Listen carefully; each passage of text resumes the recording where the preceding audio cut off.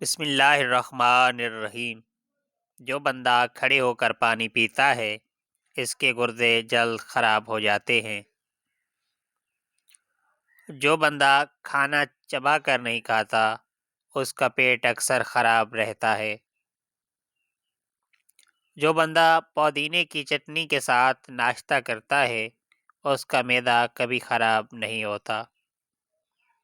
جو بندہ مغز بادام کھاتا ہے اس کو بھولنے کی بیماری نہیں ہوتی۔